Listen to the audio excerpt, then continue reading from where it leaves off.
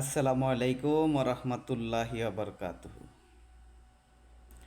আপনাদের সাথে একটা গল্প শেয়ার করতে আসলাম। যদি ভালো লাগে অবশ্যই লাইক কমেন্ট করবেন।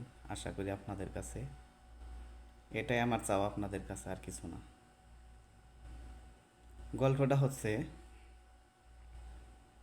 বিল গেস্ট নামে একটি ভদ্রলোক ছিল।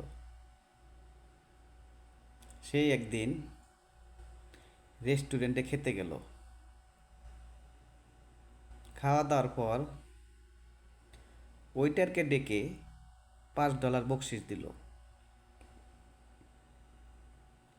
ওয়েটার বকশিস পেয়ে বিল গেস্ট এর দিকে হাঁ করে তাকিয়ে রইল।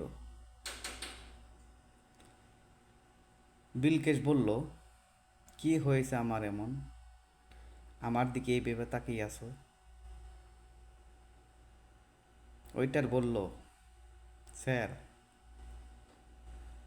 গতকাল আপনার ছেলে এখানে নাস্তা করার পর আমাকে $100 দিয়েছেন,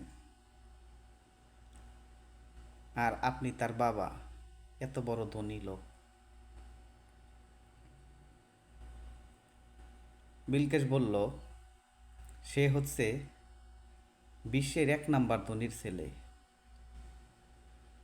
আর আমি হচ্ছি একজন সাধারণ কাঠুরিয়ার ছেলে।